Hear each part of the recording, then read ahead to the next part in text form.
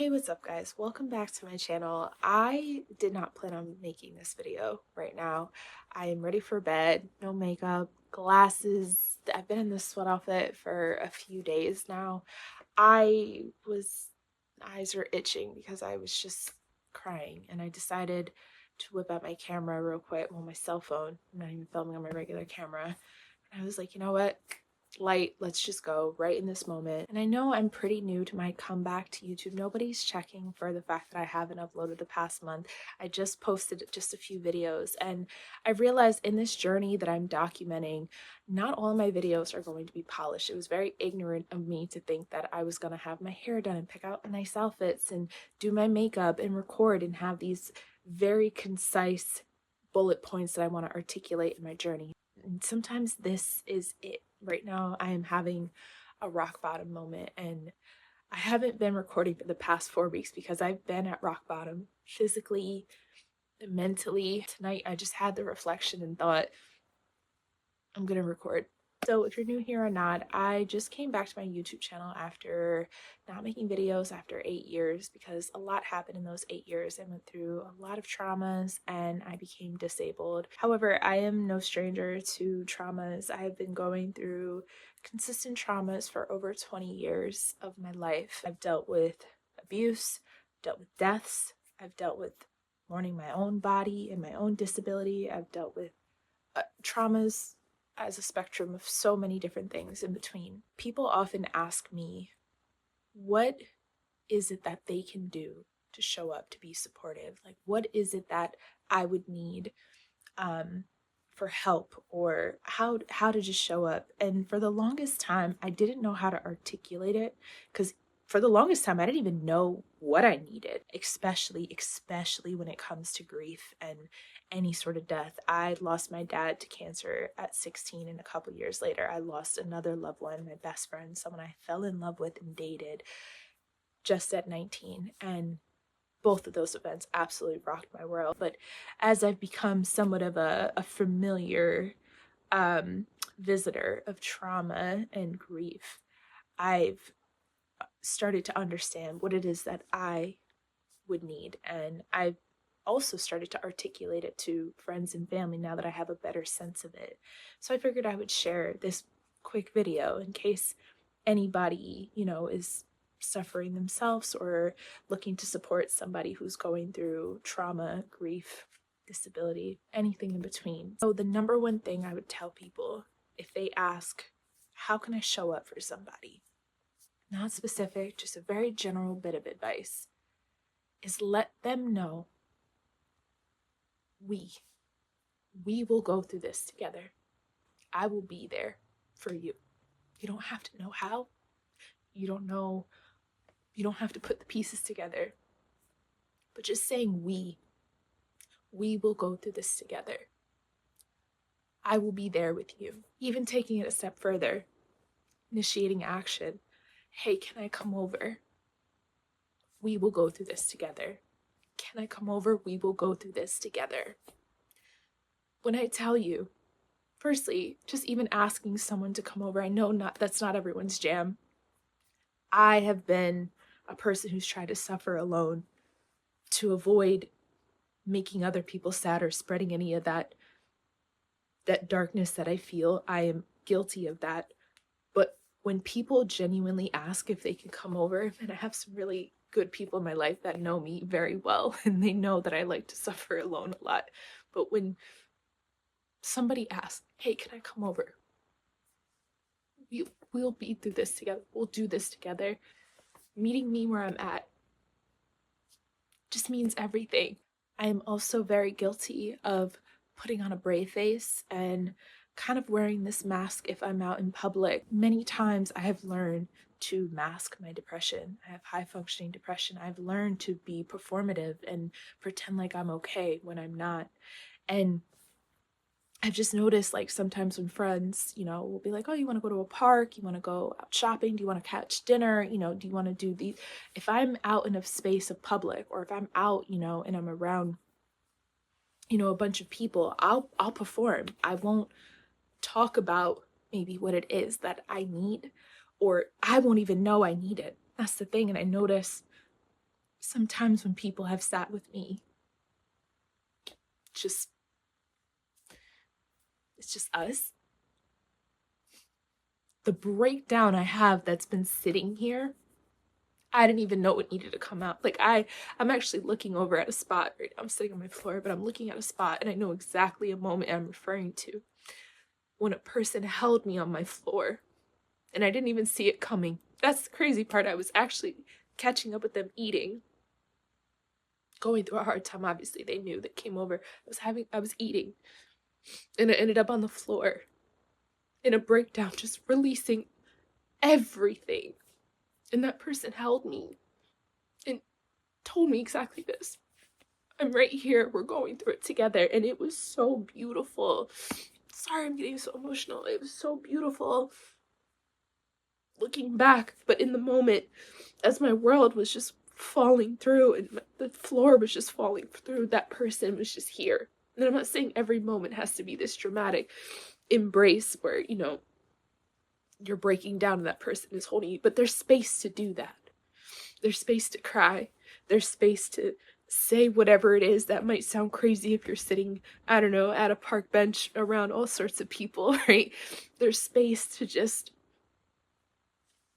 scream. I probably wouldn't scream because of my brain condition, but knowing that there's a person willing to sit with you through it it's the best thing I've ever experienced, considering all of this life and trauma.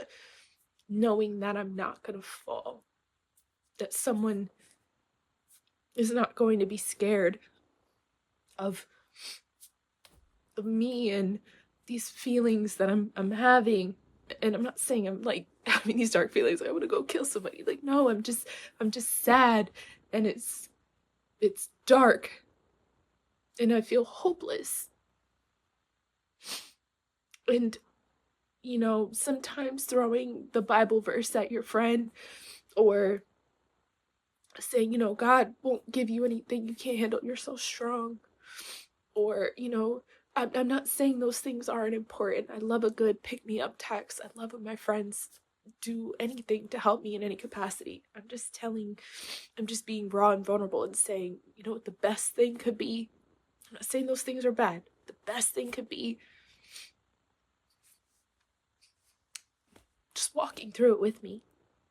Just reminding me that I'm not going through this alone. I don't have to go through this alone. On the receiving end of suffering and trauma, you will tell yourself that, or you will try to do that. And you will feel alone because everyone else, it's like you're wearing a new pair of glasses and you see the world. And it's sad and it's dark and it's depressing and it's hopeless. And you don't understand how no one else is feeling what you're feeling. And it will make you feel isolated because you're like, how are you not feeling? How do you not see the earth this way? How did your life not change this way? How can you physically not feel what this is? And I get it. It forces you to want to be alone in that club. Depression especially.